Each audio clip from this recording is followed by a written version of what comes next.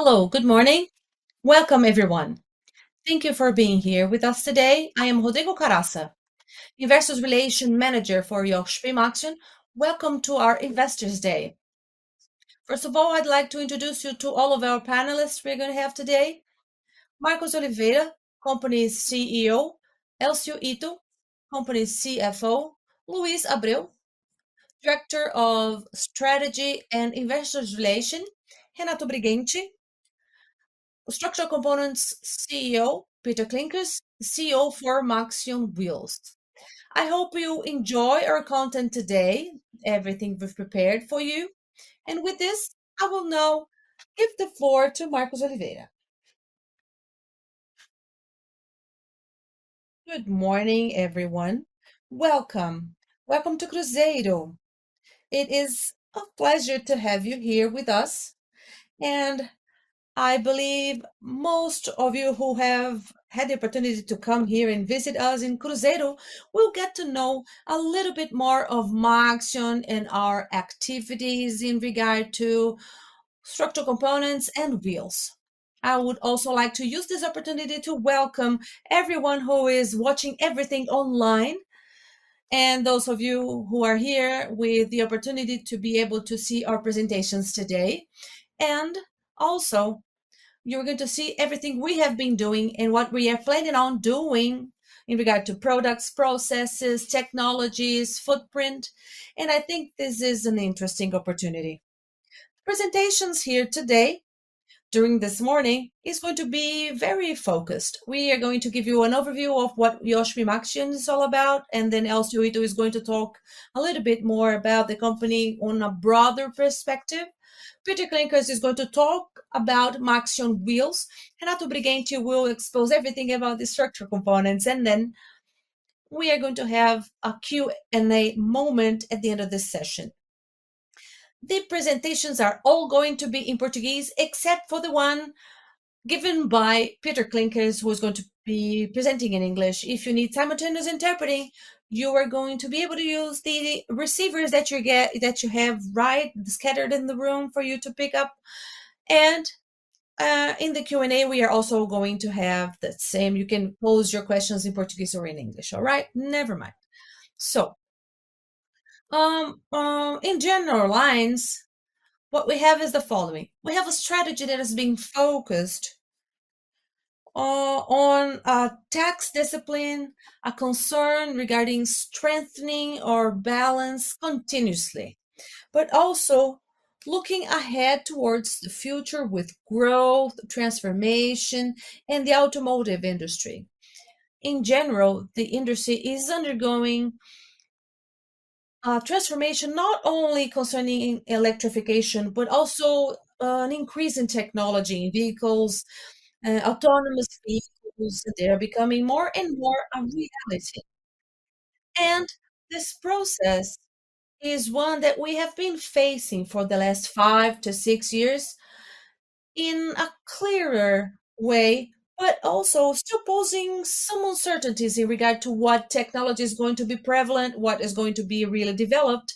And this is why we are inserted into this context of being able to positively impact this transformation in this industry of mobility, and also with the history of our own company, which is a history of growth, business development, and this has made us resilient to this type of oscillations and technological transformations and changes in the last few years, and also demand variation that occur in different regions all over the world. Our business model is very much aligned to what the industry has. And as part of our DNA, it is the innovation.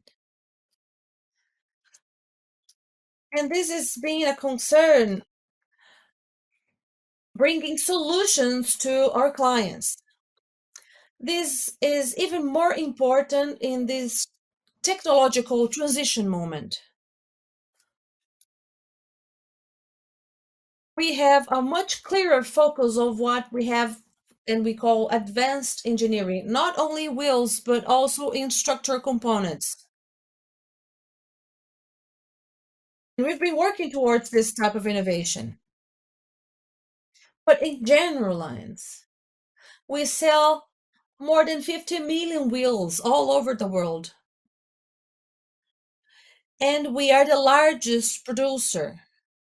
We are one of the leaders in the delivery of structural components in Americas, North and South. We have a very aligned strategy, aligned with this transformation in the sector, and the focus not only on innovation, but also with developing with sustainability. We are going to mention a little bit of the innovations today with regard to sustainability, and you are going to get to see what we are doing with our product, with the technology, and the continuous expectations that the customers have with investors, and how we can deliver products that are going to support all of the efforts towards making the planet a more friendly place to be in the future. We have 32 plants in 14 countries, more than 17,000 employees all over the world. And we align technology in our processes. We want to know where we can automate the processes, and we want to be able to demand a larger participation from employees who can actually have us deliver this diverse portfolio we have. At Maxion Wheels, our wheels division, we produce steel wheels for light and commercial vehicles. We also produce aluminum and light alloy wheels. And for 2022, we are studying to build wheels in another plant, one for aluminum wheels for commercial vehicles. So during the presentation, you're going to get to know about this a little bit deeper with Peter Klinkers. Maxion Wheels represents 73% of all of the revenue for the group. In regard to structural components, 27% of our revenue, we produce structural components for light vehicles and also commercial vehicles, with focus on commercial vehicles, with chassis, frames, and other components in South America and also in North America. We have a global presence. We have 32 plants all over the world. We are in every continent, main countries that are vehicle producers in the world, and the production is more concentrated in Brazil, Mexico, Turkey, the Czech Republic, and India, where we see that there is a demand for this due to the car production. But we are also in Spain, Italy, Germany, in Thailand, China, the United States, Argentina. And with this, our business model complements itself very well with a global presence, but at the same time, a local execution. We talk about nearshoring, things that are happening in the business era, and concerns with geopolitics, global concern, and how much this is aligned with our business model. This has been developed based on production that is close to our clients.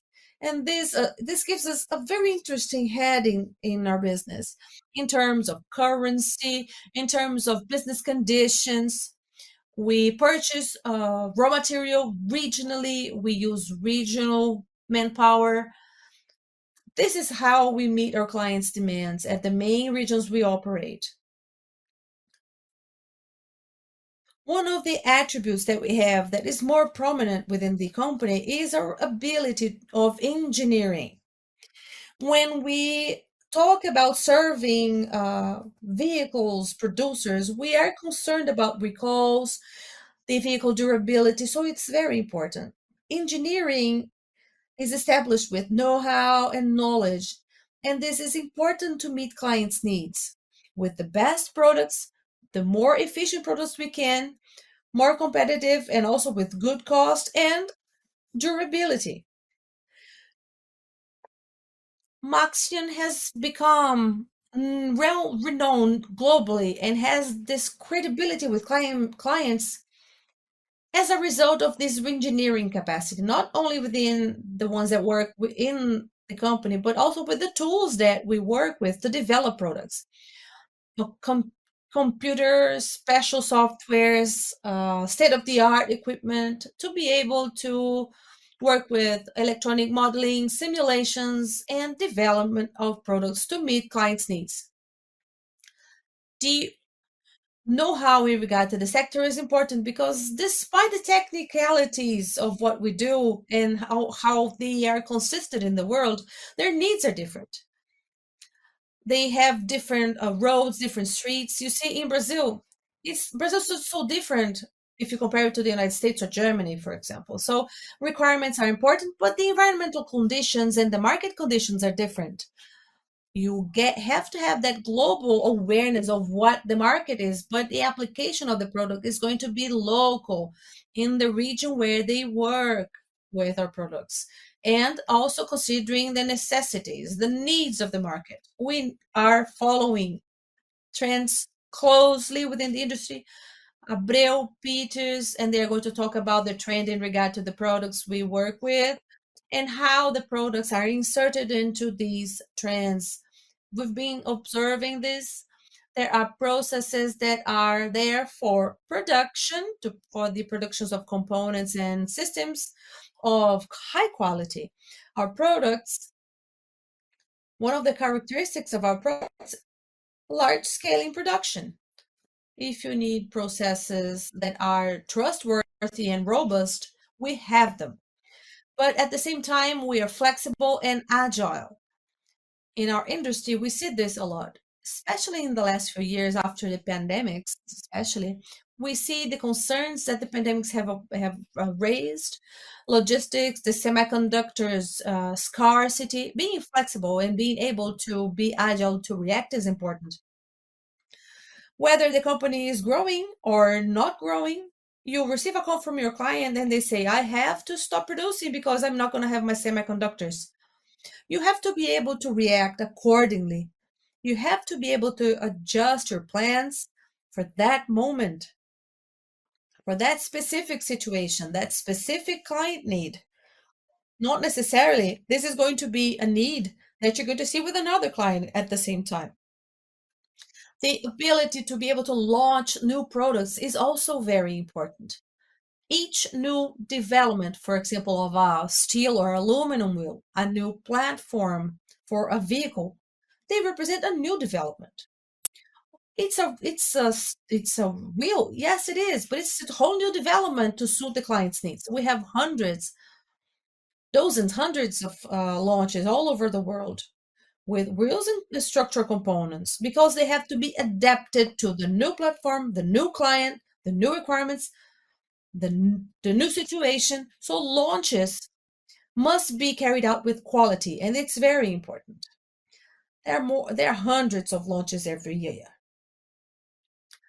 Our relationship with our clients and with our suppliers and partners and the financial community.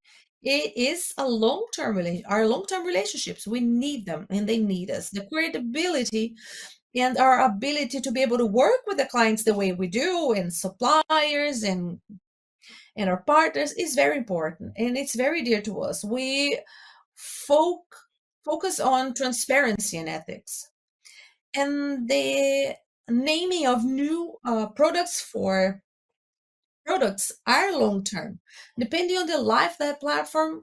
Especially with light vehicles, if you say, for example, a product is going to last 5 years within a platform of a commercial vehicle, sometimes 8 or 10 years. Usually, when we are named for a product or a specific program, we remain in a relationship for at least that lifetime of a platform. And most of the times, we end up going to the second platform that's going to happen in substitution to that previous one. Now, I would like to give the floor to Elcio. He's going to talk about the financial aspects. He is our CFO. Thank you, Marx. Good morning, everyone. Thank you very much for being here with us, physically here, present. We know how hard it is for you to, commute and go to places and give a little bit of your time to be here with us. So I thank you very much, but I also thank everyone who's online. Let me talk about numbers now. I know you like the numbers, so let's talk about the market. This is a chart that we always present every trimester, every quarter. We have the predictions of two very important consultants for vehicle producers, IHS for light vehicles on the left, and LMC Auto for commercial vehicles. So we really like showing the 2019 pre-pandemic numbers before we show our new numbers. There were 2 years of very difficult with the supply chain and the semiconductor situation all over the world. We see a growth for 2023 at around 3% globally. We also include a lower line. You see, it's the global production excluding China. And why do we do that? To us, China, of course, we are present over there. We have a steel wheel for commercial vehicles plant and a recent joint venture with aluminum production, and they're just starting. But for our gross volume, we still don't see this as something that is really adding up to it. It is representative for the global market share, of course, but we end up excluding this to eliminate distortions. And as Marco said, our global footprint and our business is moved by volume in the operational performance. And this is why we like following up volume. I know that this visibility important, and you know the numbers from other consultancies, and you follow the new projects. When we look at 2023 and you exclude China numbers, you see that there is a growth that is close to 5% globally for 2023. This is the last numbers that encompasses Brazil. That is like this. If you look at into details for the market, Brazil represents 3 to 4% of light vehicle production products, and you have the North America with 5% in 2023, Europe growing at 5.2% at the same period. So this is just a detail with this graph. In order to get to 2019 levels, we are going to get the numbers close to 24 or 25 on all rate basis. It's important to emphasize that even though in 2023 with a 5%, let's see if Europe with 5.2 close to 5.3, the European market is still 20% lower than the numbers we had in 2019.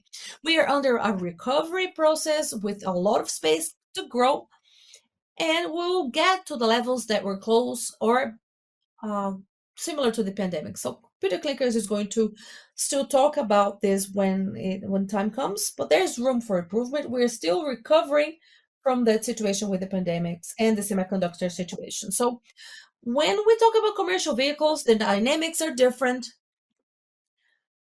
For 2023, excluding China, we have really close to 0 minus 1%. There's a combination of factors, of course, Brazil. Due to the Euro 6 transition, we knew and we expected that this reduction came for 2023 due to this anticipation of production that was carried out last year. And you also have data that is growing, but the numbers are stable in regard to comparisons year over year. Even though we have a Brazil with a more negative projection, we see other results moving forward really well. North America and Europe moving fast.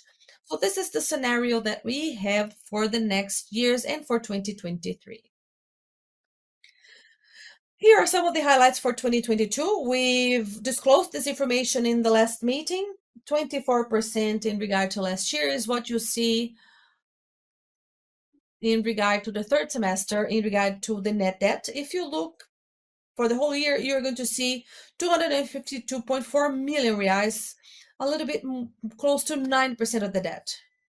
A lot of work was carried out during the year with cash generation, stock reduction, the use of capital, cash in a detraction with last year, and commodity cycle, and very sudden stops from OEMs.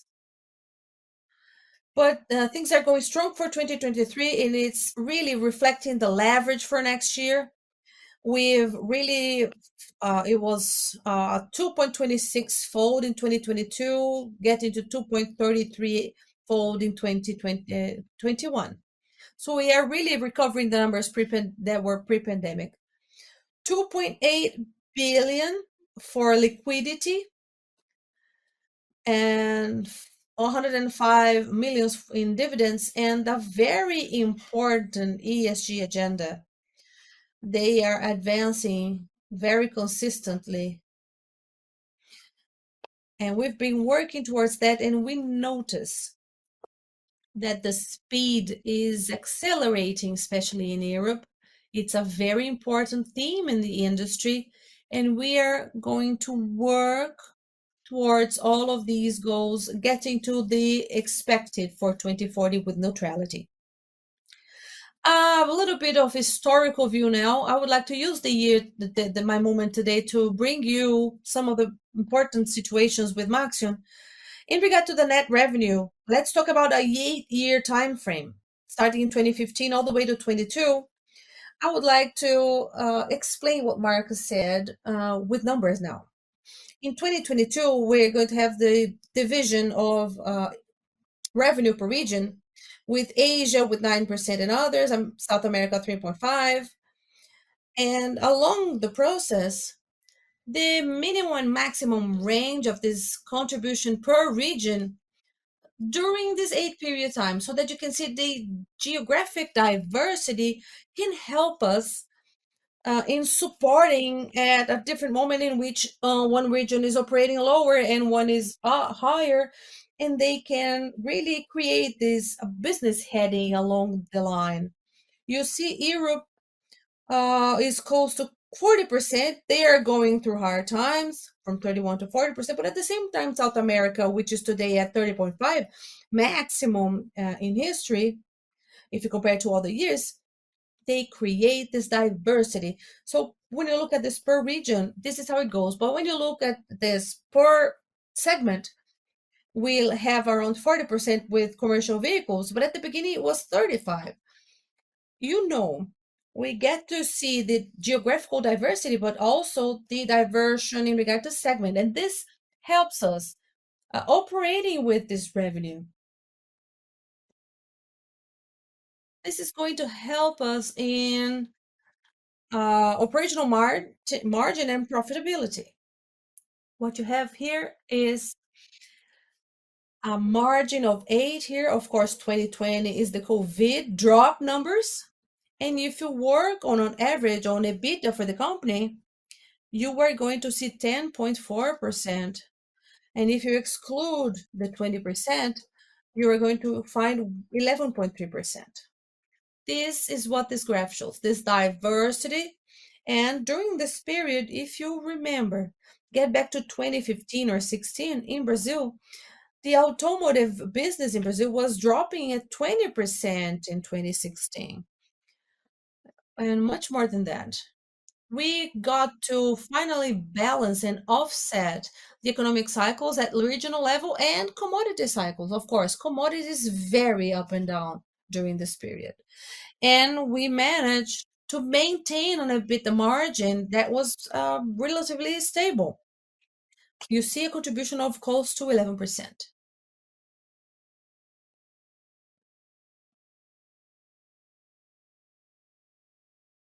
Some of the financial highlights are in regard to our leverage.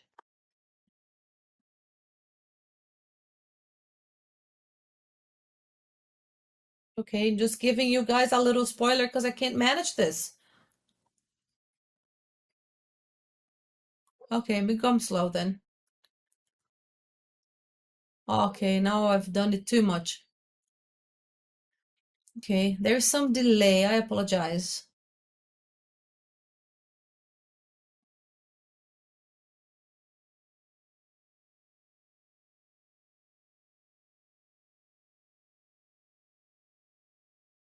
Okay, I will keep talking. And well, so if we got to do leverage, regard to leverage, we got to 9-fold during the pandemic. And at the moment when EBITDA just was just gonna disappear, numbers dropped at around 60 to 70% in some markets and even more. And this generated a very reduced EBITDA, and this generated that leverage. And at the same time, market was recovering, and we were working on the EBITDA in cash to deliver a leverage that is closer to what we had in 2019. So in regard to liquidity, if you look at the financial numbers we had before, we never had this robust liquidity before. So this is going to be part of our financial strategy. There are some credit lines still in place and an elevated cash so that we can face crises like this in time. Our indebtedness is at 80, almost 84% in long term, and short term, it with an average term of about 4.2 years. We have worked in the last few years with capturing more funds and extending times. So you see that even with the pandemic, we have been progressing. Uh, this is an ongoing exercise. And here you have the growth step breakdown. We have that's in various different currencies. We try to mirror our cash flow in the different uh, currencies and try to mirror that in our debt so we can have something that is more balanced. And to finalize, Marcos introduced a few topics, and you're going to follow the presentation of Peter Klinkers, Renatos, Luis. We have many initiatives coming up. This is an old industry, but it's going through a transformation that has been going through a transformation. And right now, we have a company with a global footprint, a global scale, and local execution. We feel that with electrification, we have no risks of our products not being there. Our products are going to be present, but with different added value. So we are very excited with the process, but also maintaining our discipline and looking carefully at the financial side with an adequate liquidity position and aiming at facing difficult moments the global economy may show with a continuous liability management, currency matching, and sustainable net leverage targets with a more robust leverage and more better well discipline as we are with better EBITDA, but with a higher cash. And if you look at our long term debts, we have some leverage that we are managing very carefully, especially regarding capex, prioritizing investments in maintenance, prioritizing our investments in new products that and things we have to adjust to. And we have larger projects that involve expansion and growth that are going to prioritize, while at the same time we remove bottlenecks in our positions, but always doing everything with great discipline to careful attention to our leverage, our working capital. So these are items that are included in our compensation matrix for the company. Parallel to all the initiatives Luis is going to talk about in more detail. So thank you all very much. And Luis, I gave a little bit of a spoiler of your slides. Hello, everyone. Good morning, everyone. Once again, thank you for being with us. Before moving on with the presentation, just a few messages for you. When you came in, you have received a few wristbands with different colors, and that is going to be used for our plant tour. For safety reasons and for a better enjoyment of your the plant view, we're going to divide you into groups according to the color of your wristband. And at the end of the Q&A session, we'll have a quick presentation showing you a little bit of our plant layout so you can have an idea of where you're going to walk through and what you're going to see. Another comment is why have we chosen Cruzeiro for this Investors Day today? As Marcos mentioned in the beginning of our presentation, we have 32 plants in 14 countries. And I guess it's a coincidence in terms of how the company has grown. This is the only plant we have where we have simultaneously the production of wells and structural components. All other plants are dedicated to either structural components or wells. And when we talk about wells, it's easy to understand. Everybody knows what a well is. But when you talk about structural components, that's a whole other ballgame, which is a bit harder to understand. And this will give you an opportunity to see in person the chassis, the frame, the cross beams, and other products we have, and which Renato is going to present to you further on. So, moving on and closing the financial topics, I'm going to talk to you a little bit about CAPEX. You hear always us talking about the CAPEX forecast, how much it's going to be, and everything.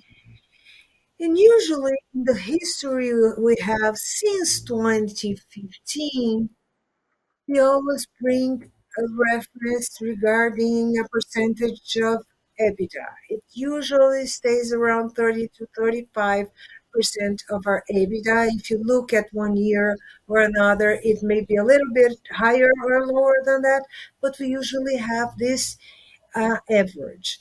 But when you talk about CAPEX, we can divide the it within some pillars. Maintenance, which is essential for the continuity of our business.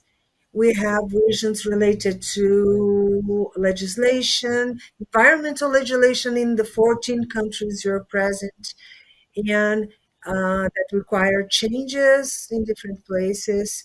Productivity, which is extremely important for us to know the relationship we have with the OEMs, the productivity we need to deliver them. So investing in productivity is also very important for our business and growth, expansion of our business. And here we have a chart where we try to bring you the main investment and expansion we have done throughout this period. So if you look at 2015 to 2016, during this period, when you talked about producing aluminum wells, we had a single plant in Santo André. As of this period, we increased the capacity of this plant and we built a new aluminum wheel plant in Limeira, where we already had the steel wheel plant in the same site we now have.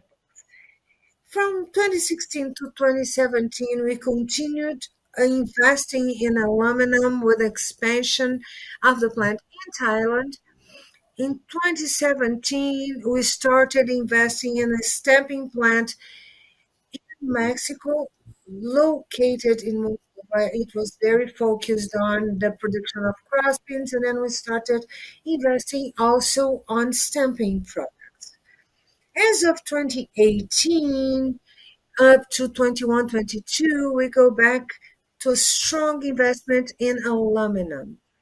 We built a new aluminum plant in India. It's the country we were present in, but only with steel wheels, both for light and commercial vehicles. And then we have a partnership we mentioned with Dolphin in China for the production of aluminum wheels for the Chinese market. We had a plant for the production of steel wheels, but only for export. This is our products we don't sell in the local market in China. And then halfway through the second semester of last year, we announced investment in commercial vehicles, both for wheels and structural components. You're going to be able to observe an outsourcing process here.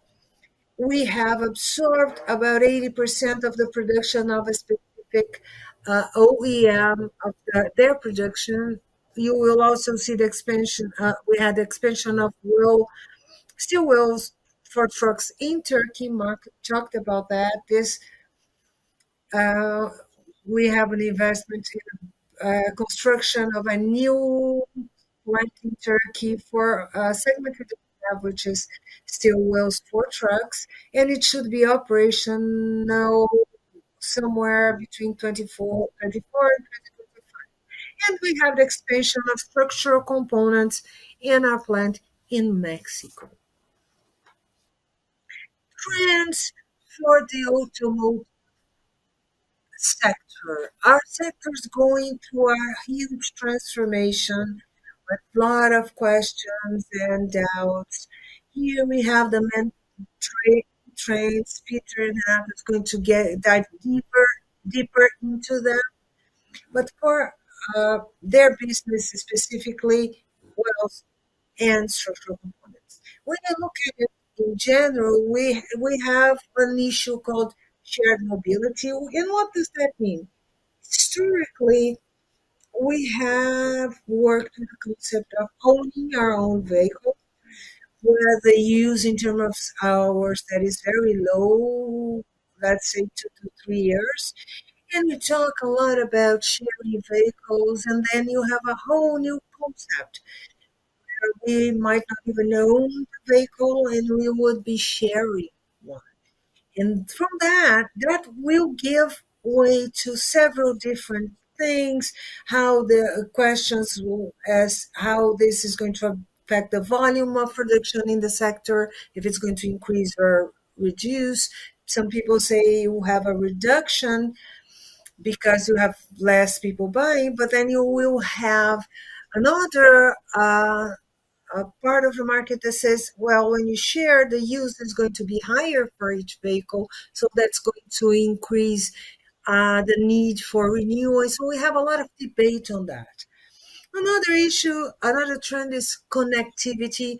Our vehicles have a lot of connectivity receiving in all the vehicles. This is changing very quickly. Autonomous driving, this is another trend. I don't know where's the limit. Uh, we already have some autonomous vehicles somewhere, but I think it's hard to imagine getting to a day where all the vehicles are autonomously driven. And we have a sustainability issue that is very important in all sectors nowadays, and electrification. This is a no return path in some of the sectors of the industries. They are going to have to reinvent themselves, and many of you may be asking yourselves how this affects us. We have always said that electrification has a neutral impact or a positive one because our products are going to continue the same whether you have a hybrid, a fuel engine, or an electrical vehicle. Structural components and wheels are going to be in any of them. And when you talk about the positive impact, thinking of the company's strategy, we look at opportunities we may have to advance in the supply chain, bringing new products into our portfolio, keeping close to our knowledge, to the way we process raw materials, to the engineering area we act and operate in, and the knowledge we have of the automotive sector. And this trend that is very positive for us, and we want to show in this slide, is this partnership we have closed about 2 weeks ago with 4C Power. This is a partnership made by the Structural Components Division. This is an European producer specialized in integrated batteries. And how is this partnership going to operate? To give you a little bit of a view of this, let's see if I can zoom in on that. Okay, you can. So let's keep on that. They produce the battery modules, and as we show in this box, we have the integration of the battery models with stamped products. The names change a little bit, and Renata may talk about that, but what we call here the battery cradle, and up to the frame of the vehicle focused on commercial vehicles. And the goal of this partnership is to provide our clients with an integrated solution, a customized solution. And we have an example of the integration of our product with the 4C Power products in trucks and buses, and electric trucks and buses. And this could provide us a competitive advantage and provide this advantage to our clients. This is what I wanted to talk to you about. Now we have Peter talking to you, then Renato, and they are going to talk a little bit more about the trends in our market. Good morning, everyone. My name is Peter Klinkers. I'm uh, from the Netherlands, half Germany, but I work in Germany. I didn't have worked there for 15 years. I speak different languages. And in the last 5 to 6 weeks, I've been trying to learn a very little bit, very little bit of Portuguese. But I propose to you that we now change to English, otherwise I keep you busy 3 hours. But I have a question for you, by the way. What's the most spoken language in the world, you think? Make a guess. Mandarin, English, Portuguese. It's bad English. So I propose we continue with that. Let's have a look at the wheels.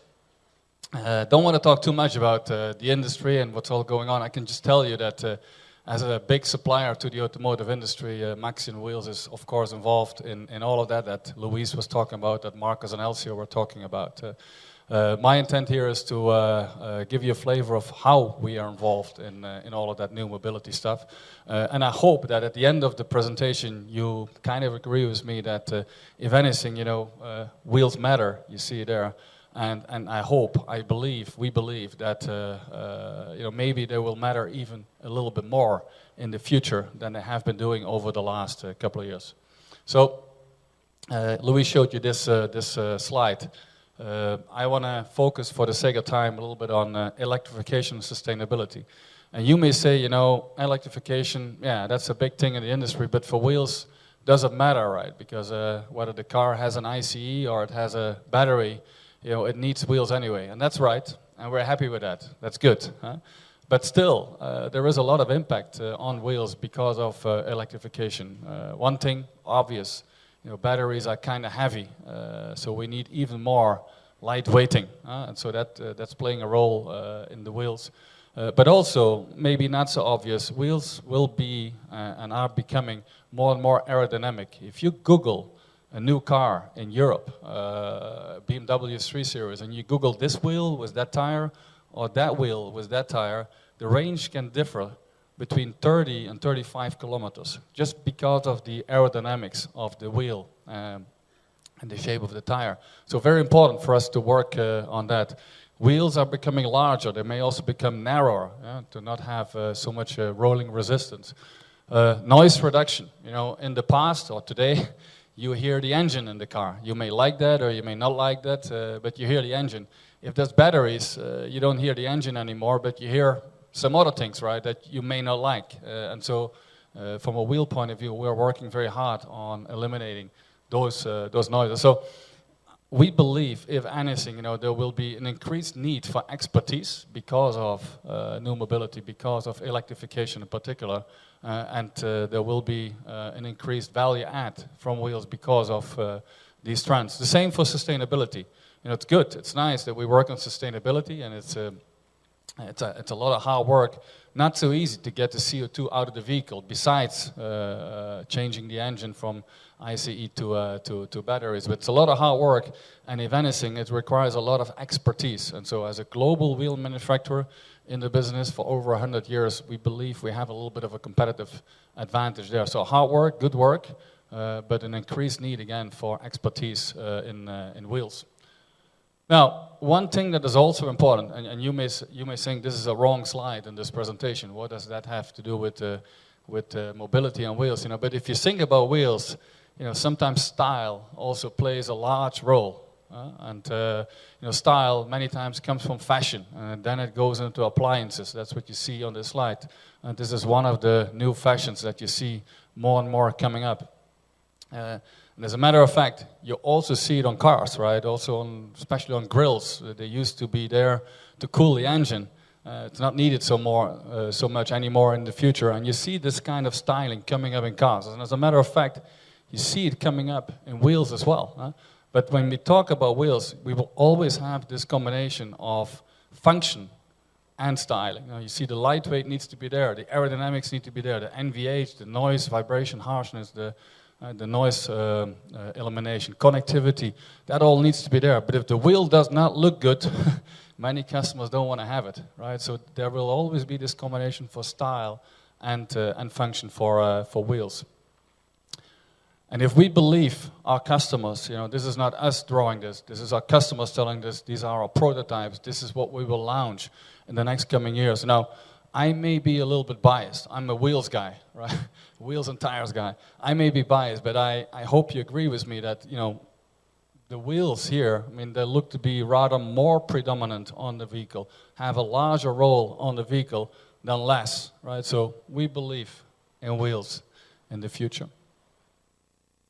Not only aluminum wheels. I mean, you look at this wheel here. It's a wheel for Fisker. You know that brand? It's relaunched in Europe. We are going to sell hundreds of thousands of wheels. Only supplier, but a lot of combination of functionality and styling in these wheels. But also for steel wheels, right? This combination of function and styling, it matters. And you see on the left side there, it's a conventional wheel. Then we have a versatile wheel that allows a little bit more styling from a steel wheel point of view. A new versatile kind of wheel, a styled wheel, semi-full face we have it, and we have something pretty innovative, I would say. I'll come back to that later in the presentation, called Bionic. Now, but also for steel wheels, you know, this combination of style and functionality plays a big role. Now, where do we make all those wheels? Basically, we have 3 blocks in the world, right? The block in the middle, called Europe. By the way, Marcus gave one forward-looking statement. He was talking about 50 million wheels. I agree with him. If you count these numbers, it's 46 million wheels. So we want to make 50 million wheels, and that's not enough. But 20 million wheels out of the 46 million wheels in 2022 coming from Europe. We have 11 facilities there to make those wheels. And then we have the Americas, kind of same size for us, fairly equal split between North America, South America, 9 million and 11 million. And then we have a BU called Asia. 10, 11 years ago, we only had 1.5 million wheels.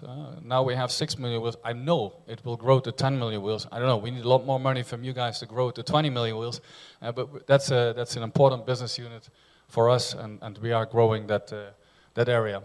So let's have a little bit of a deeper look in Asia. We have a plant in Thailand. Don't want to talk about that too much right now. Focus on China and India. So if we look on India, I think we all agree that's a growing market, and You know, you can read many articles that this will be the third largest market in the world. 25 million vehicles. That's the far outlook for India. Same for truck. I mean, that market should triple over the next 10 years. And I'm happy to say that Maxion Wheels has a very good presence in India. We have a plant for passenger car steel wheels that made 2 million wheels. That's just to give you an indication. I'm not going to talk about every plant, but 2 million wheels in 2019. We made 3 million wheels last year, and I'm pretty sure we will be around 4 million wheels in 1 or 2 years from now. And at the same time, we built a new aluminum wheels plant only 4 or 5 years ago. I'm going there next month to celebrate, also to work a little bit, but also to celebrate the finishing of the first phase of the investment, 2 million wheels, that is completely sold out. We are intending to build as soon as we can more capacity to keep on growing in this market, both on the passenger side as well as on the truck wheel side. We have a good truck wheel plant there as well. Some wheels that you see here, we are the largest producer of wheels for Tata. And that's not a typo that you see there. On the bottom right, you see it's a steel wheel. That is the versatile wheel that I showed you on the other slide. You know, it gives a lot of room for styling. That is actually a steel wheel that you see on the vehicle. Going to China. I talked about it a little bit before. That is a vast market, and we are very small still in that market. But I think we can say, you know, the truck wheel plant, we struggled a little bit in the beginning, a wholly old facility. But we're getting some more traction now, also because of new mobility and the need for fuel efficiency and the need for better wheels, stronger wheels. We're getting some traction, and we now have a decent plant in there that we are expanding, mainly with equipment that we took out of the US when we restructured here in the Americas. On the passenger side, you've heard it before. You know, we have this joint venture with Dongfeng, which is one of the biggest automotive companies in China.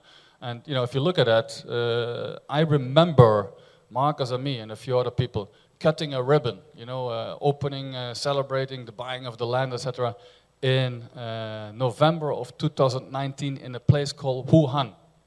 So my kids asked me, Papa, what's Wuhan? Right? They asked that in 19. Nobody's asking anymore today, what is Wuhan or where is Wuhan? So we've not been there ever since. I'm going there now in June, the first time. But I have to believe, based on the pictures that I see, that you know, the guys were able to build the plant, put in the equipment, and we are making wheels. So top wheel is for NIO, that's the premium electric vehicle brand in China. And the bottom is a wheel for Voya, which is the electric branch of Dongfeng. They have their own vehicles. They also have joint ventures with Hyundai, Kia, Honda, Nissan, etc. So pretty amazing that we pull that off. More to come from us in China. Also from a truck side, you know, with the global OEMs going there, the Daimlers, the Volvos, the Scanias, I think we'll have a good chance to grow with them because they need, you know, more international-like wheels. Fuel efficiency is playing a bigger role for them. Going to Europe.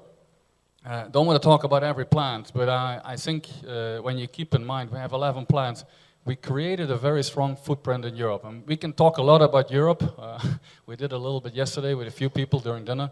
A lot has been going on in Europe, but we see Europe coming back a little bit stronger than what we were hoping for. Right now, the market is pretty good for us in Europe, and that's mitigating some of the effects that we see, for instance, to a certain extent in Brazil. Good aluminum wheel plants. We have a plant in Italy that is supplying premium brands like Porsche, BMW, Range Rover. We have strong operations in the Czech. We have a fully loaded truck wheel plant in Germany, and we have world-class operations in Turkey. I believe our plants in Turkey are among the best wheel plants in the world. Not Maxion wheel plants in the world, but wheel plants in the world. So very strong operations in Europe, a good market right now. And I think also a lot of focus in this region on sustainability, on innovation, on new mobility. And whatever we learn in Europe, of course, we use it in other parts of the world where this will also come up to the same extent as what is happening in Europe right now. We have 23-inch wheels. That's larger than a truck wheel. We're making those in Italy, and we're supplying millions of wheels to Volkswagen around the world, primarily in Europe.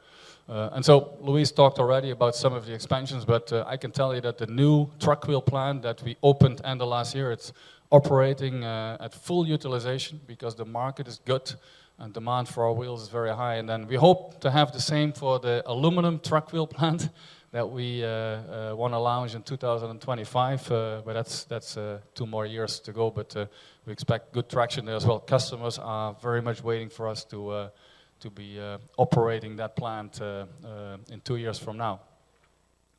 Nice wheel, I would say. I like wheels, but a nice truck wheel. Looks better than current wheels. If we look at North America, I don't want to talk too much about the market. I think you know that market pretty well, but we have a good footprint there. We restructured a few years ago, but we have good plants in Mexico. We have a solid plant in the US. But one thing I do want to talk about, we talked about Versa-style wheels, those styling steel wheels. But here also, we are trying to launch this wheel with the fancy name Bionic. And so we're talking to customers about this wheel, and we get a lot of good traction. We like it ourselves. We think there is a future for this wheel, but also our customers, the initial reactions from them are very, very positive. They're very enthusiastic. This wheel is patented. That's why I want to talk about it now. We know how to make the wheel. We're in the process of internal homologation. Talking first in North America because we think that's the most obvious fit, but if it works out in North America, we can roll that out globally along our plants. Now, this is really a combination of sustainability. A steel wheel, is more sustainable than an aluminum wheel. 3-4 times more sustainable. Scope 1, Scope 2, Scope 3 altogether. It's of course cheaper than an aluminum wheel. It gives a lot of styling. I like the styling. Many customers seem to like this styling. And so we get, there's aerodynamics here, you see? This is a flat face, gives aerodynamics. There's styling in there. We can print your name on it or the customer's name on it. So a lot of features that tick the boxes. And so we hope to launch this product in 2025. Get a customer order over the next 12 months and launch this wheel for the first time in 2025. Let's see. And then a little bit less sexy, but still very important for us. We were not able to supply wheels in any meaningful way to what we call niche markets like trailer, caravan, but that's a big, big market. This was predominantly served by Asians, but both European governments as well as the US government put in place some measures, monetary measures, anti-dumping, but also technical measures, raising the specs for wheels that need to be supplied to their customers in these markets, and that gives us some better opportunities to supply these wheels as well.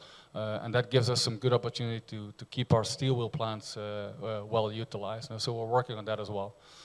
And then last but not least, South America. You all know about the dip in the truck market that is happening right now. We knew that. It's not a big surprise for us, but also, at least from a wheels point of view, I can say we're mitigating that to a good extent because when we ran out of capacity, which we did invest here in Cruzeiro in truck wheels, but before we had that new capacity, we were selective in which customers to serve and which not. Now we are not so selective, and so we see some room. We also make agricultural wheels here in Brazil in this plant, and that's a good market. That's a booming market and a very profitable market for us. So we like the truck wheels in Brazil. We're doing good in pass cars as well. Our plants are increasing volumes, so it seems that we're present on the right platform. So overall, I cannot complain about Brazil, not even at this stage. Some of the wheels, you see this Versa-style wheel, we're not only making it in India, we're making it in Europe, in India, in North America, and we're now also making it in Brazil. That's how the wheel looks on the top when we produce it, and then on the left side you see how it looks on the vehicle. And then here you see the agricultural wheels. You will see them when you go into the plant up to 42-inch. It's quite impressive. So in a nutshell, wrapping it up, I think we do have a very good global footprint, and we do have very good expansions that are going on. And so far, so good. We've never had a miss with our expansions. So when we expand, the execution was successful, and the market was there. We have cost competitiveness in our DNA, not Dutch, not just because I'm Dutch. That's in our DNA since 100 times. You know, we need to be. This is a very competitive industry. We need to be very competitive, and we are sharing all the knowledge that you know we gain around the world. We're sharing that with all the regions. We do have strategic solutions. You know, I think innovation really became something very much more important. Like 10 years ago, we said we need to do more, and we have developed a certain DNA in doing that. And then, you know, I'm kind of most proud on having very engaged teams. When we did a survey, how long was that ago? 18 months? I mean, when the results came back, it was better than what we would have hoped for. We were in the top of the top 5% of companies in automotive industry. So we were very pleased to see that. I noticed that when I, again, now travel around the world, I see that the people are very engaged. That's a very important asset in our company. So wrapping it up, we think much change has been going on regarding wheels, and there is more to come.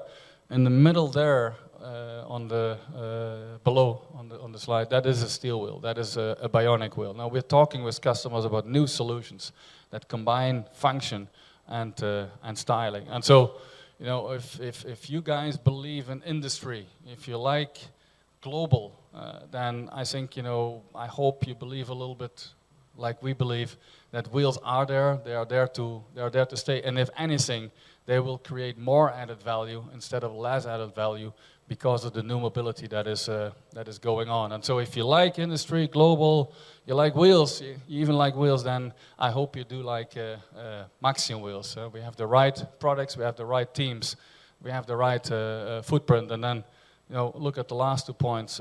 We are committed to grow above industry averages this year. And the last one, you know, that's not an easy one, but it's a really necessary one. And I know you guys know better than I that you know, past performance doesn't guarantee future success, right?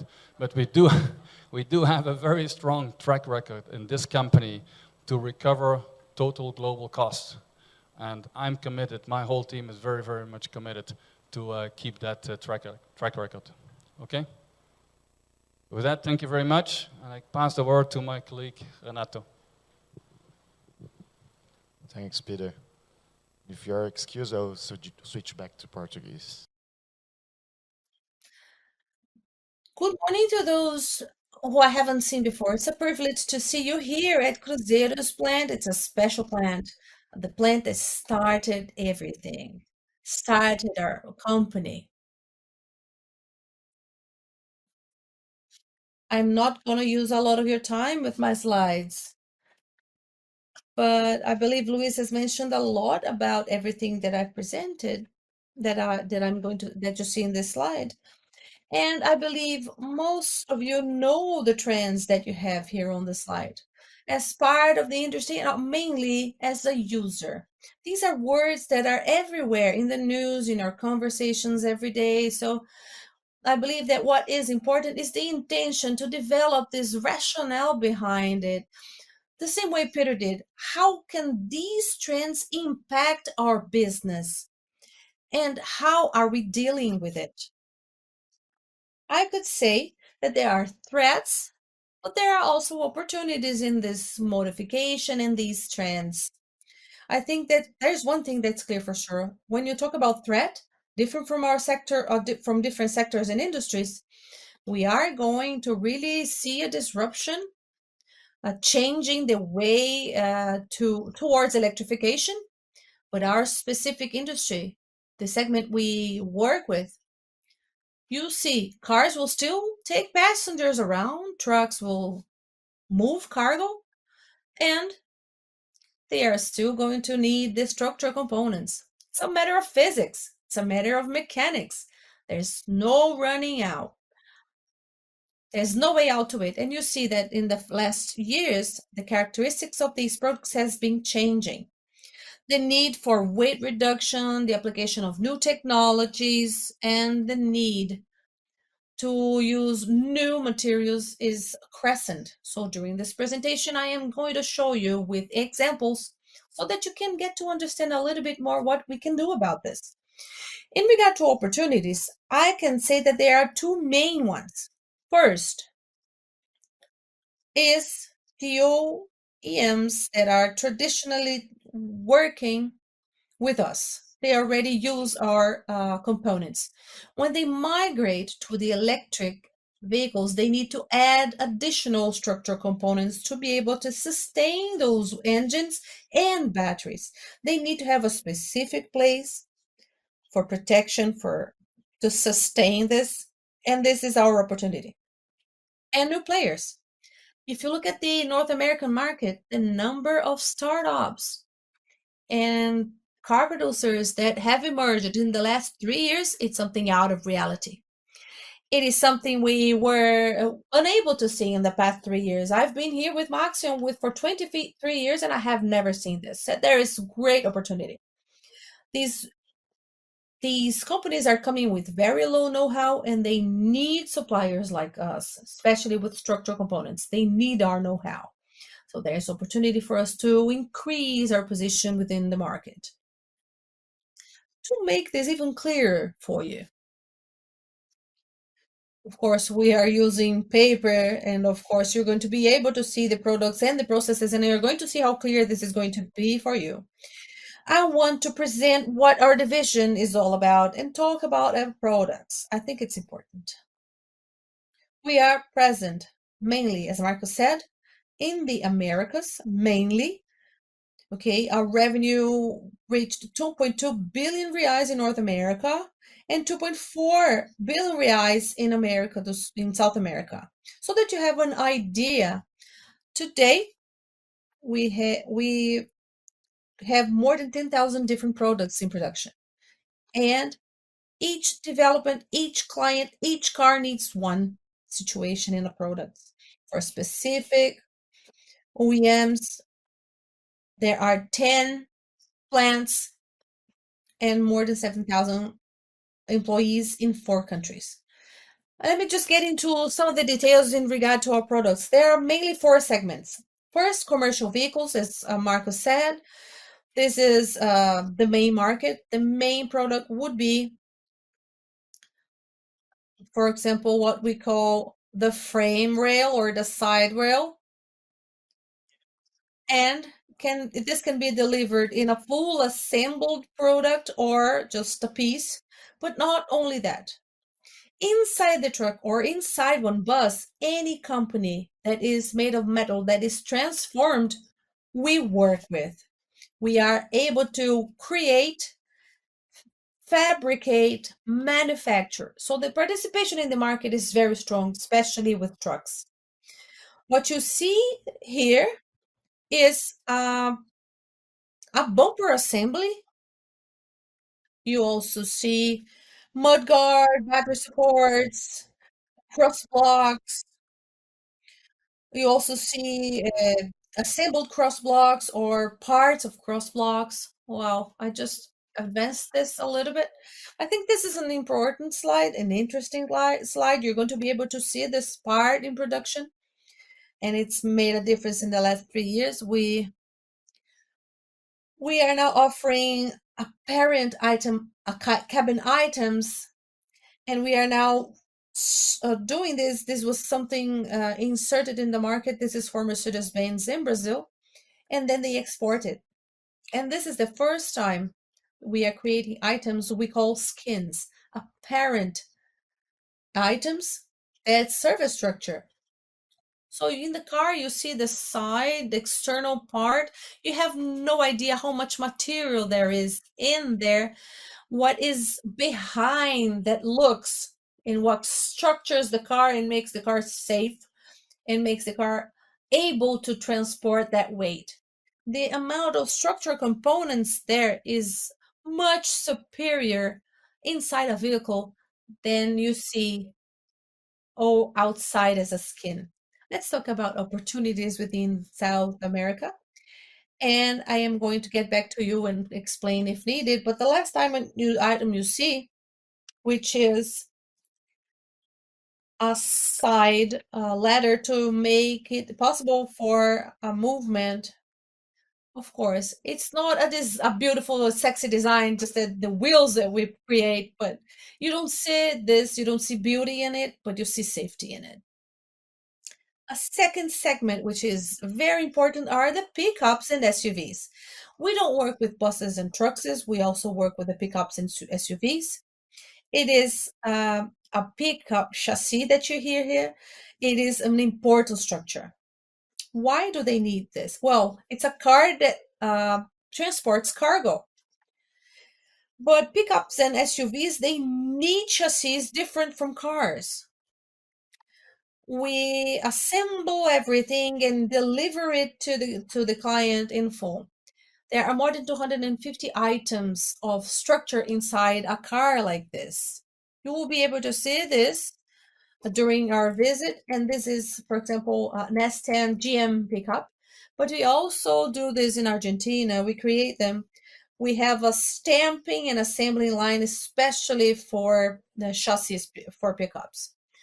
For example, we also have the cross car beam and the semi frame, the rear bumper. This is what we offer for pickup trucks and SUVs. For light vehicles, we don't work with skin anymore, but we do provide today 100% of structural components for cars. You see a car down there downstairs where we provide 85% of the components. It's a Fiat car. Part of this is focused in our plant in Contagem. That plant is focused specifically on light vehicles. Here we have more of a division. But for those of you who know the names, we have all kinds of supports, cross members, firewalls, frontal impact cross member, headlight support, and the entire range of light vehicle components. And finally, another segment we have been aiming for, uh, something that's very special to Brazilian culture. This is a business where you have a very pulverized market with very small, numerous smaller producers, but we already have a good presence in rails for uh, uh, harvesters also. So agricultural vehicles are another of our options. Now moving back to what I was starting to talk to you about the rationale I started talking about when I started. So I'm going to talk to you a little bit about our trends in the different regions, especially in North America and South America. I'm going to start with South America. If you look at the top on the right, you see the drop in the market mainly because of Brazil, and then you see a growth in 2026 there. I would not be concerned. Of course, interest rates are very important, especially when you're talking about financing for trucks. But this drop you have seen from 2022 to 2023, it has happened already. It happens in 2011 to 2012 when the legislation changed. And now with the change from the 5 to the 7, we already have the same movement. We're talking about moving to less expensive vehicles, moving on to more expensive, 15 to 20% more expensive trucks. So what the companies do is they anticipate the purchase, you increase the volume of purchase when you still have the lower prices, then the sales drop. And if you monitor, the sales don't fall as much as production because things are going to be balanced in with time. And those of us who are familiar with the sector, we had time the entirety of last year to prepare for this smaller demand. Another fact that I see as a great opportunity when we know this growth is going to happen and this variation is going to occur, we are uh, taking the time to invest in capacity and do it even stronger that next year to prepare for the production. So we were prepared for the drop and we're taking the opportunity to invest in capacity. Oh, investments in capacity take time to rend to yield fruits. So we are doing that. We have many opportunities in South America. I have shown you the cabin. Uh, we have 100% participation in Mercedes-Benz. They represent 25% of the market, and we have a potential of doubling our share of the market with a participation in other OEMs. So this is a very strong position considering other components we supply. And another one regards the electric vehicles. And I'm going to show you some interesting examples that are going to explain the rationale I mentioned in the beginning concerning threats and opportunities. Here, what you see is the famous bus battery rack. You're going to see that physically down when we go on the tour. Mercedes-Benz created a basic design, opened it for a bid to the market, and with our engineering team, we have created a rack that is 64% lighter than their baseline and with 11% lower cost. This is a success case. We are already providing this product for electric buses. This is a volume with not a big volume market segment where the market is too low, but this is a segment that is going to bring us great impact in the future. The second example, another traditional OEM truck you're going to see in the back. And we have this designed from scratch a frame for this electric vehicle. OEMs work in two ways. Either they take a vehicle with a combustion engine and adapt it to the electric. Sometimes is what they do because development costs are very high. But in this specific case, we have worked with Volkswagen from scratch to design this frame for this line of trucks. And finally, an example for South America that covers the second part of the opportunity I mentioned. This is Reborn. It today price the chassis, the frame from combustion engines and adapt them to electric vehicles. They found out about us, they got to know our skills, and we have signed an agreement. And this is a frame we are designing and producing from scratch for this electric vehicle, as we did for Volkswagen. The job we did for Volkswagen allowed us to start this process. We found out about Reborn, so the idea for them. So now we're going to produce this chassis, this frame from scratch for Reborn. Now moving on to North America. That's a whole different market. If we talk about produced trucks, you see that it is three and a half, four times bigger, completely different market.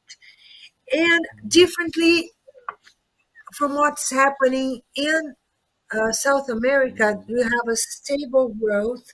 In 2022, they had record production of trucks in the United States, and people ask, what about the recession in the States?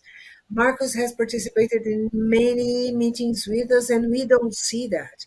At least in commercial vehicles, we don't see a recession. And we have had this year many requests for improvement in our volume productions and deliveries. So you have 574 We have a small drop in 2024 that I think we're going to offset, and then we don't see 2025, but it already shows a growth, and this is the expectation of the market with a growth to 702 for 2026.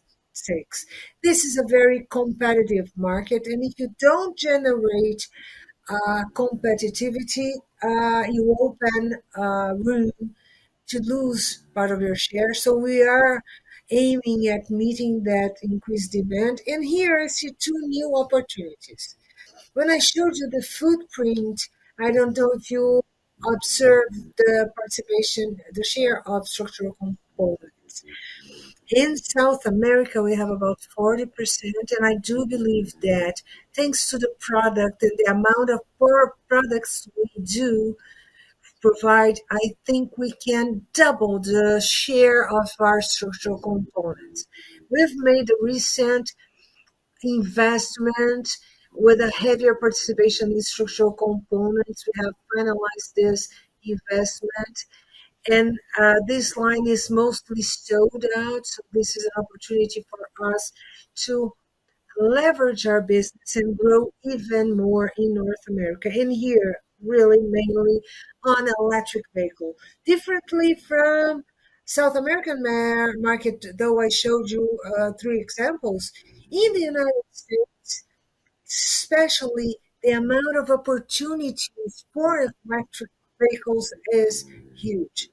This is an example I want to show you. This is a battery rack and housing, similar to the one we did in Brazil. Here it was for Mercedes.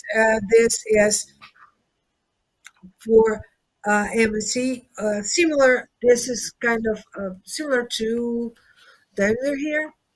It's a process. We are still in the beginning. We are developing with the same characteristics in terms of technology we have implemented here, but this is very interesting. You develop a product for a client at a location and then scale that to other clients in other regions. Three new examples of new players in the market that we see mainly in North America. This is Rivian. Many of you may be familiar with it already.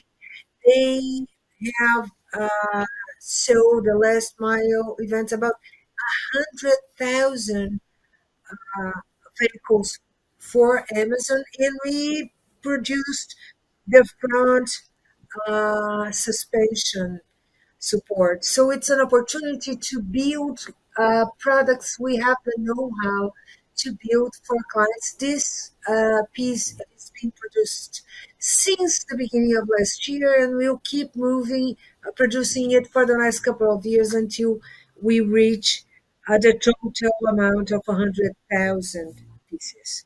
Another example is Bollinger. It's another new player in the segment. This is a full electric vehicle. You see the differences in the chassis with the preparation for the battery packs to uh, run the electric engines. Here you have Harbinger with electric vehicles with different chassis, but with the same development uh, process and rationale. As I mentioned, the work we have been preparing ourselves with advanced engineering for the last 8 years don't bear short-term results, but we don't think about that only. If you look at our innovation development pipeline, we have short, medium-term projects because they do generate new business. Innovation is important, but we need to pay attention to our long term pipeline. I'm going to show you some new players, some startups we have partnerships with. The first one is a Nanum. With these examples, we try to bring functionality to our structures. When you've been in the sector, in the industry for a long time, you start to concern that get concerned that the structural components have structural functions, but to start thinking what other functionalities can we add to our components. This first work we have here is with composites. This is for specifically for a commercial vehicle, and the idea is to store small quantities of energy in the composite so the truck can feed smaller electric systems such as light, head, backlights. The other work is also very interesting, which means installing micro nanosensors in the structural components, allowing for real-time data collection for the OEM, so they can understand what's happening on the structure depending on how the truck is used, so you can continue developing on it. And last but not least, this is my last slide. I think this is one of the most interesting developments we have. We're talking about commercial vehicles, cars, but this is a partnership with Embraer that is very interesting. We have many development projects with IPT and Associated dos Campos developing technologies with composites for structures for commercial vehicles and trucks. Embraer has huge knowledge on composites for airplanes. But what did catch their attention regarding the work we did with IPT? The work we're doing is based on the scale and volume of commercial vehicles in Brazil. We're talking about 160, 180,000 trucks. Embraer did a spin-off to produce those uh, drones. Their volume is much higher than the volume of airplanes they produce. So the structure they have for composites are not adequate for the drones. Here we have one component. There are hundreds of them, so this is an opportunity for us to develop new products, and it's a huge opportunity. So I hope I have been able to tell you a little bit about what we do, how we are preparing for the changes in the industry. Someone said, well, we've been hearing people talk about electric vehicles for a long time. I've been in the area for 23 years. This has come and gone. But I have to tell you that in the last 3 or 4 years, it has grown so much that we cannot say this wave will pass. This is here to stay in all regions we work with, and all clients we work with, all projects are gaining maturity, are becoming more robust. And with this, thank you for listening. And with this, I'm going to pass the floor on to Marcos so he can conclude our presentation. Thank you, Marcos, Peter, Luis, uh, Renato. We try to condense in 1.5 hours a lot of information of our products, our past developments, our future developments, the capacity and potential we have to offer the mobility industry. We have products and technologies that we have shown you last year. We have smart wheels and other products and technologies that we have shown you before, and we didn't want to repeat. We wanted to show you new concepts and new solutions to really put Iochpe-Maxion in context according to the trends we talked about in terms of electrification and sustainability. And our strategy for business development and sustainability, this is a very important aspect in production process, administrative management processes. And we have developed and are implementing many actions in all our global operations to find to become carbon neutral by 2040. Our strategy has defined a 30% reduce in scope 1 and 2 that should be achieved by 2025. We aim for a reduction by 2030, but with aiming at a full neutrality for 2040.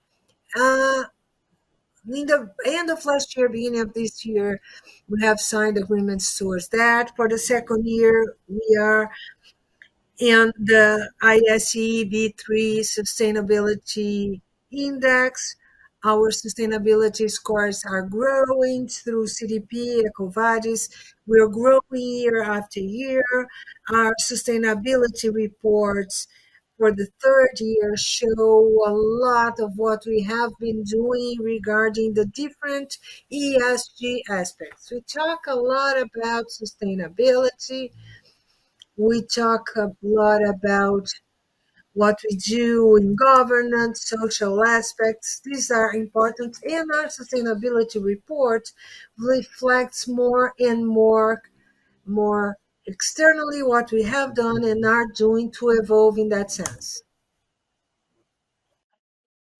Among the efforts that you see in regard to ESG, the social aspect is one thing that has always been present within the concerns that we have as a company. We have an effort and corporate responsibility actions all over the world. We have a video to show you soon of some of the examples of everything that we do all over the world and the engagement and involved of people within the social activity that we have is prominent. We wouldn't like to go without mentioning the program that we consider key and we have developed for over 30 years, which is called Formare. It's a teenage low-income development program to foment work for them in Brazil. And we have replicated this in Mexico, and we are now expanding the same program in other countries we operate. It's a nationally renowned program. It has more than 1,500 students in its history, and they were really taken into the market, a correction with more than 1,000 students. These students at the time became our professionals, and we have several examples. Many teenagers who are now in the market, not only in Brazil, but all over the world, people in North America.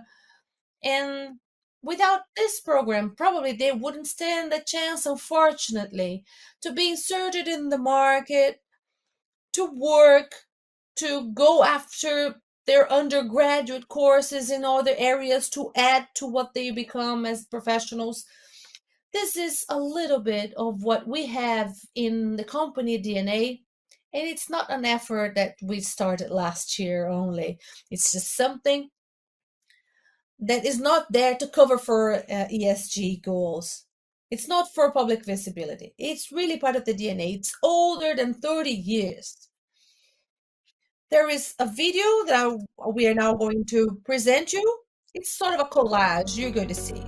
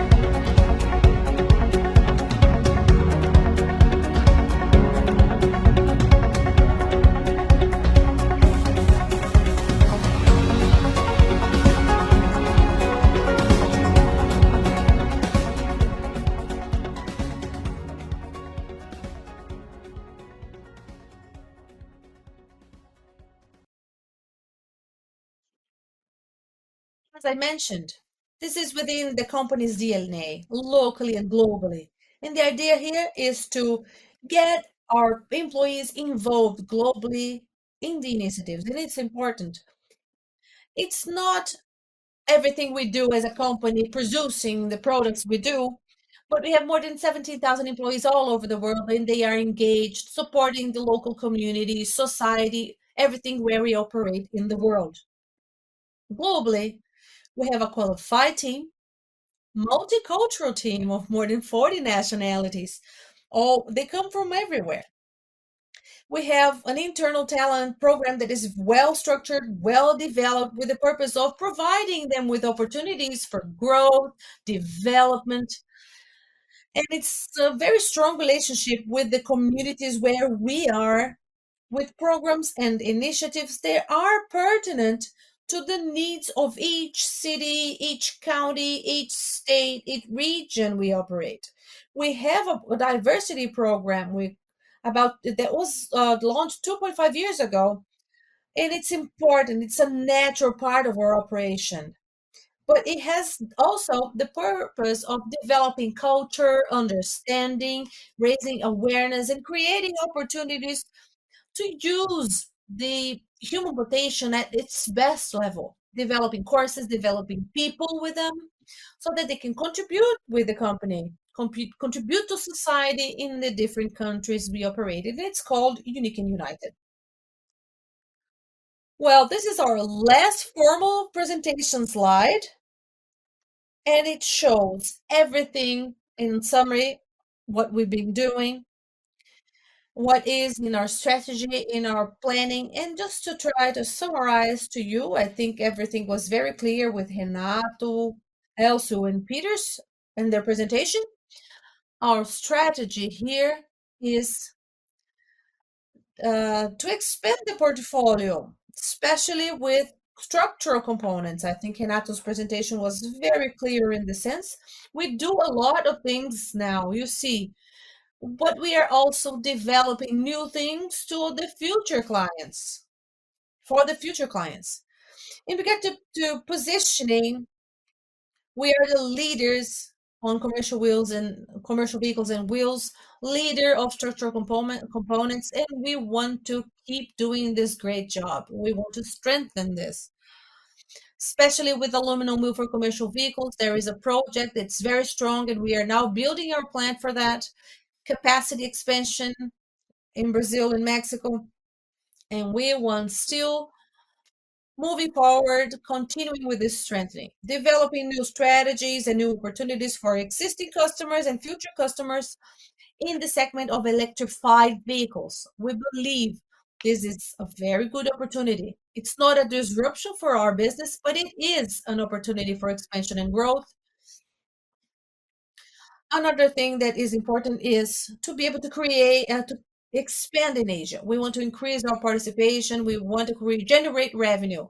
We are now at 9 to 10% a year. And Asia, of course, India and China and other countries, this is the most representative market at a global level. We want to grow in Asia.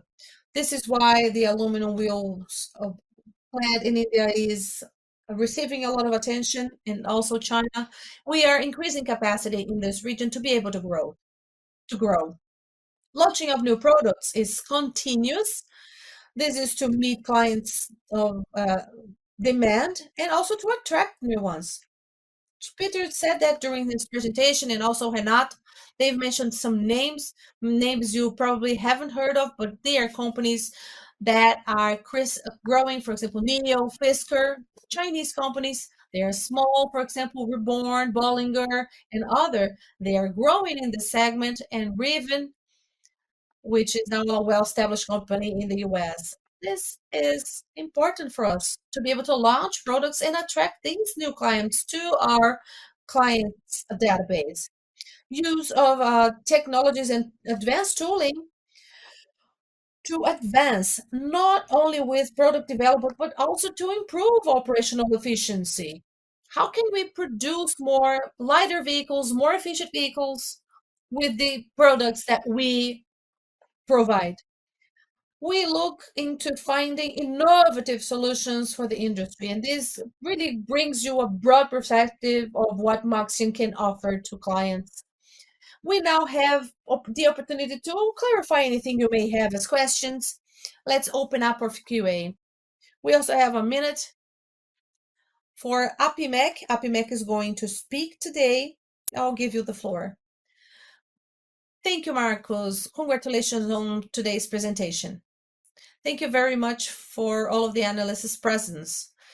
The reason I am here is the following. I would like to thank you and give you this as a representation of our partnership of over 23 years. This means the company is committed to us and to the market, committed to providing correct information, and we value this. We thank you very much for this partnership and all of the presentations you've thrown today to all of our consultants. Last night, I was just telling them, telling all of our consultants, I've been with Apimec from their very beginning. The company is going to turn 54 years old. It was very frequent in the past to receive visits on site at company's place, and the company just really stopped that from happening. And to all of the professionals who are here, the young consultants, it was very important for them. It helps our work because they understand, they can really grasp what the company is. So I would like to thank you for this opportunity because with this, you are making everything you can to improve this relationship. And to the analysts, I have a message. You are going to receive an email with a form. It's a short questionnaire in regard to this presentation. This is probably going to be in a competition to in regard to best company presentation for analysts. This conversation from today deserves a prize. Thank you very much for the partnership. Thank you. Thank you very much. Thank you for being here too. Thank you for attending and vote for us. I think that now it's the best opportunity for our questions and answers. We will try our best to clarify many of the points that can be of general interest, and it's important to be able to clarify anything you may need. One question here. Hello, good morning. Lucas Lage, XP. First of all, thank you for putting this event together and for the presentations. I have 2 points to address and I would like to explore further with you. Everything related to the same point, which is product moving forward, especially with wheels. And of course, a little bit of the presentation with Peter. Iochpe has gained its relevance with the aluminum production, especially with the acquisition of Reinslammers. And from now on, we see that aluminum brings some aesthetics that is important. That is their advantage, competitive advantage in this regard. But considering other things, in regard to sustainability, steel is more prominent. But I believe that also weight plays an important role, and it has been decreasing. With light vehicles, I would like to understand a little bit more. What do you see that's coming to the future in regard to this mix? Do you see more steel being used or more aluminum being used? And what is going to sustain the relevance with aluminum in the next years? Do you think there is an advantage you see for aluminum that may sustain this relevance in the next decades? And to wrap, and considering commercial vehicles, we saw the recent announcement from the capacity for Turkey in aluminum wheels for commercial vehicles. I would like to know the size of this market you see for this niche, this capacity of 1.5 million is already addressing this ambition with Maxion, or do you think that there's a global opportunity for the forged wheels, or do you think this is something that is more for the European market? I would like to understand what you see in regard to aluminum for commercial vehicles. There are two things I know they can relate, the mix and the light vehicles and the commercial aspects of aluminum, please. Peter, would you like to answer? In English, in bad English. Yes, thank you for the questions. So let's start with pass car wheels, steel versus aluminum. We believe there's a good future for both of them. I think when you need aesthetics, when you want aesthetics, when you want to afford aesthetics, I think aluminum wheels will remain predominant. Many reasons for that.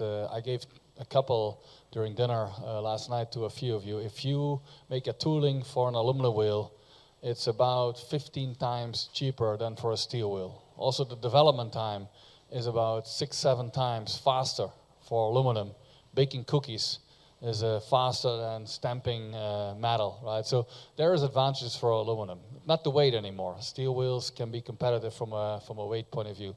We are able to give more styling to steel wheels, but not as much and as quick as with aluminum wheels. If you think about shared mobility, for instance, as an example to answer your question, you may say, okay, is that more steel wheels then, or is that more aluminum wheels? And I think, there's even in that, with that trend, there's a path for both.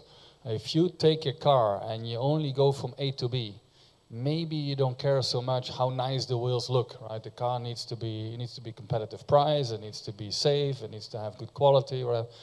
Maybe it's a steel wheel, right? But at the same time, you say shared mobility, you say, I don't want to pay 50,000 euros for a BMW, but I will pay 200 euros to have it for a weekend, and I want to have a real good-looking car. Now I need aluminum wheels, right? So even with that kind of trend, there is a path forward for both. So we are happy with having them both in the portfolio, and we will work on both products to be ready for the future and profit from the future. So that's for passenger cars. Then on the truck side, I think your first question was what's the share, etc. In Europe, and this is, our venture here is primarily focused on Europe. There is very large competitors, good competitors in the United States. There's not a lot of demand yet in places like India or not even in China or Brazil. And so our emphasis is on Europe because that's where we see electrification for trucks coming up a little bit.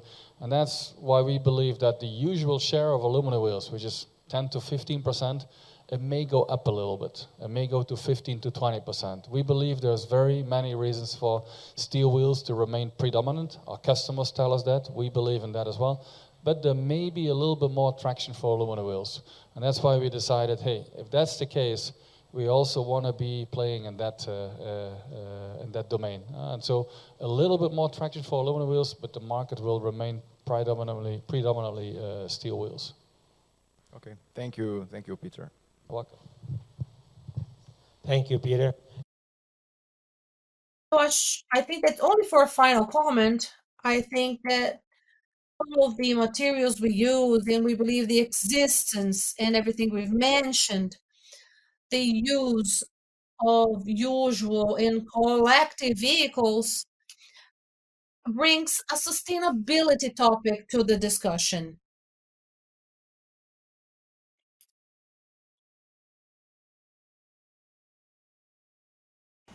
This is much more user friendly. That's why we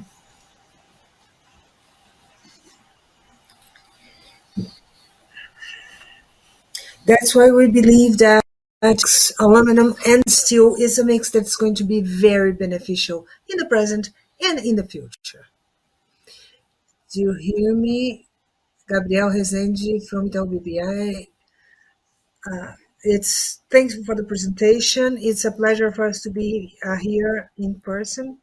Two questions. Combining what Peter and Renato have brought in terms of volume and maybe the United States being a positive perspective and a little bit of negative perspectives for Brazil, we seem to have positive perspective for Brazil. How does that reflect on the company's leverage in terms of reflecting on margin in the next few quarters? Will we have gradual improvement? This is the first one. And also mentioned the improvement of the company regarding its history. the company has a policy of distributing about 37%, but it could be bigger if the company chose to bring the liquidity closer to its history. So I want to understand how you think about that movement. I'll let Elcio answer your question. Thank you for the answer. I'm going to start from the last to the first. The company wants to be prepared for important market events. If in the past we carried a little bit less cash, geopolitical and market conditions around the world were different.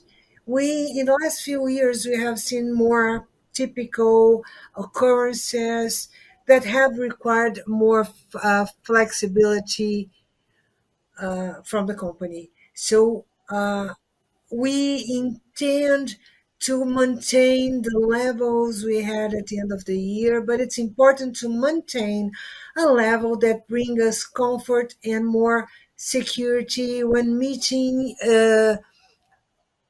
unforeseen events in the future. And you are correct when you talk about the margin and everything. When we were elaborating our budget for 2023 at the end of last year, we had a very unsure scenario for Europe. Nobody knew what was going to happen. So we were very conservative regarding Europe. And Brazil seemed to be in a more positive scenario. And then once we entered 2023, everything we had estimated in terms of volume, global volume, has changed because of this diversity and the reality in the last few months. So, with regards to the margin, it's hard to talk about changes in the next few quarters and improvements here and there, but our historic levels are important. We have had changes regarding price of raw materials, but if you look throughout the year, these forces are going to balance and we'll be able to deliver on our margins.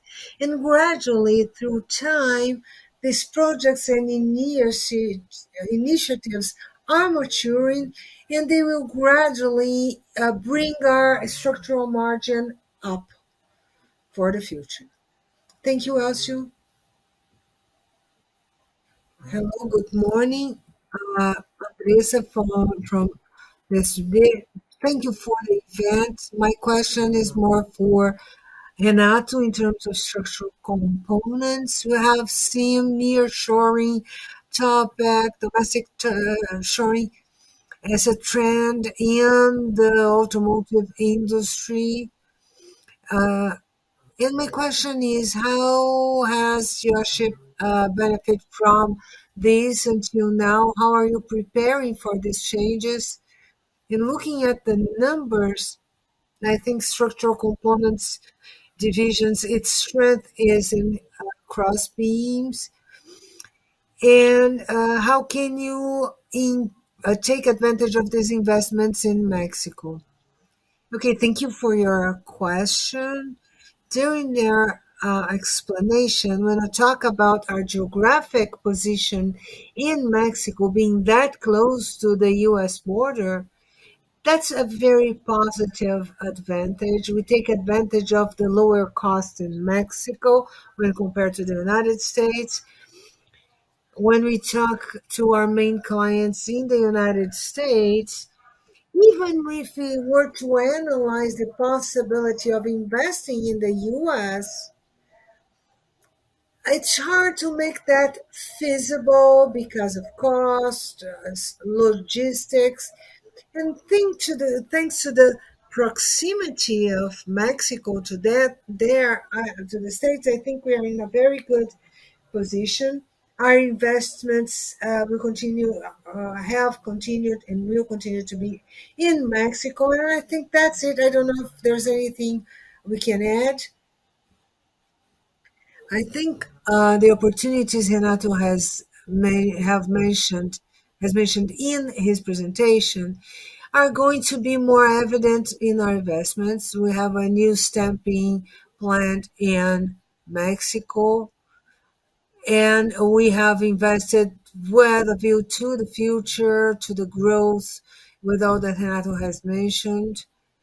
Our new capacity is basically sold. We are increasing production capacity in the Monclova plant also to meet the needs of that industry that go for those 700,000 trucks.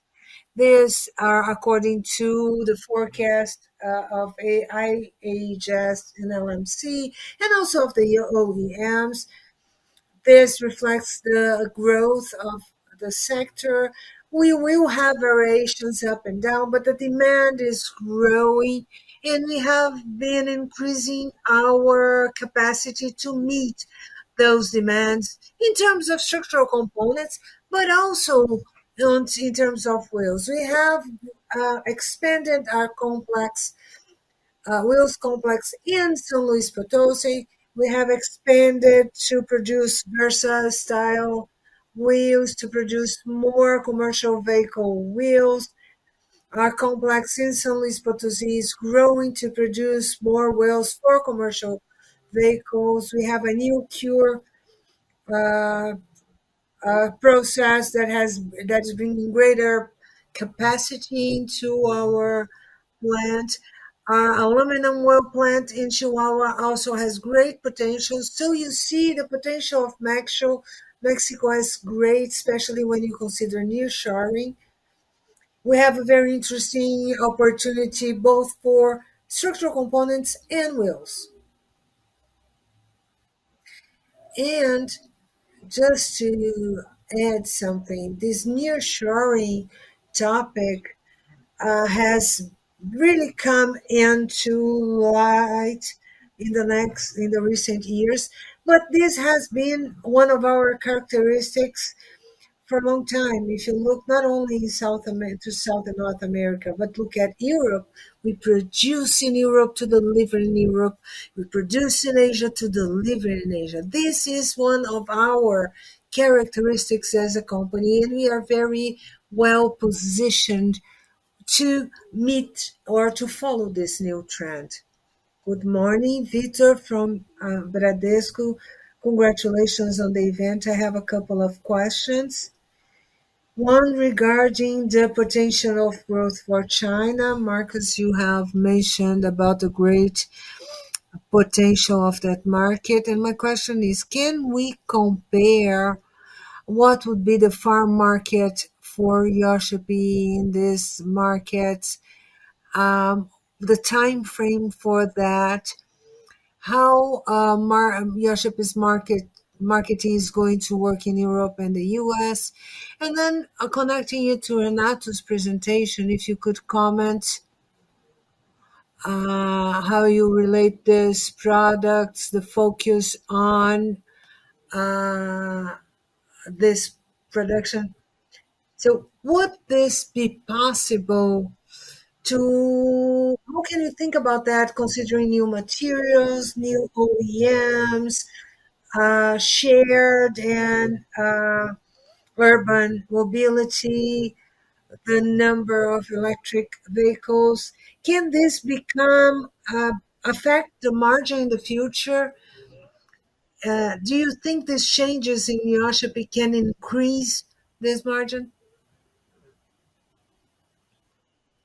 Victor, thank you for this um, question. Regarding Asia, we have operations in Thailand, as Peter mentioned. We are growing in China, but we do believe the greatest potential for growth for us, and I mean growth in terms of revenues, margin, is in India. First of all, because they're in a very good position for steel and also for aluminum wheels.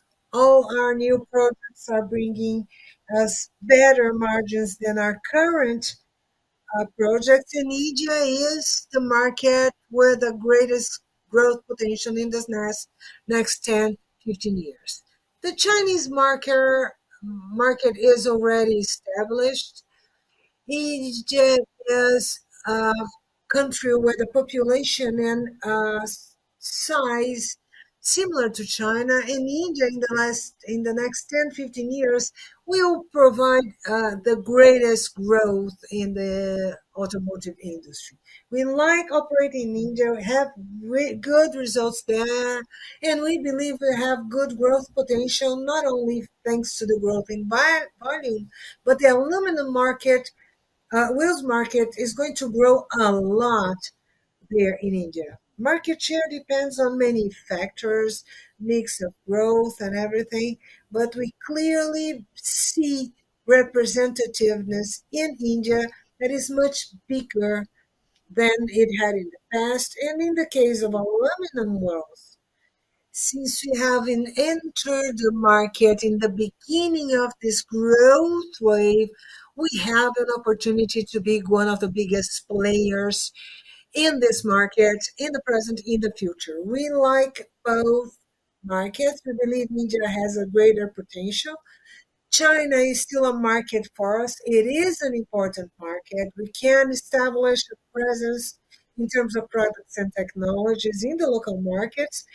So these vehicles can be produced and exported to other countries, produced by other Chinese producers who are producing in other countries. And being present there will make things easier for us. But the capacity is still not that big in terms of aluminum wheels. 2 million wheels is a small capacity when compared to the Chinese established producers. We don't aim to be the largest producer of aluminum wheels in China, especially because this is a more competitive market, so economically would not be the most efficiency. On the other hand, and steel wheels, uh, the we're increasing our capacity, and we do believe there's a great potential for growth. But again, this established market with many players operating there already. Considering all this and looking at your second question, examining the results for our new projects, we have a growing margin. When we launch a product in terms of technology of project, when we start a new plant, we aim things choosing the best possible moment in all aspects and aiming for better margins. And we have achieved that really. When we look at the return on the investment on these projects, it's very interesting, but it's also brings very good margins. So our expectations is to grow our margin as these projects become realities. I think for time reasons to allow us to conduct our plant tour, we want to once again thank you all for being with us. Thank you all, those of you who will be able to watch our presentations. And online, we'll have other opportunities during the tour and the lunch break to answer lots of your questions. We are all going to be here and we'll all be available to answer other questions. Once again, thank you all for being with us. We'll have a very quick presentation regarding the plant tour. We have Luciano and Celso. Luciano is responsible for structural components operation.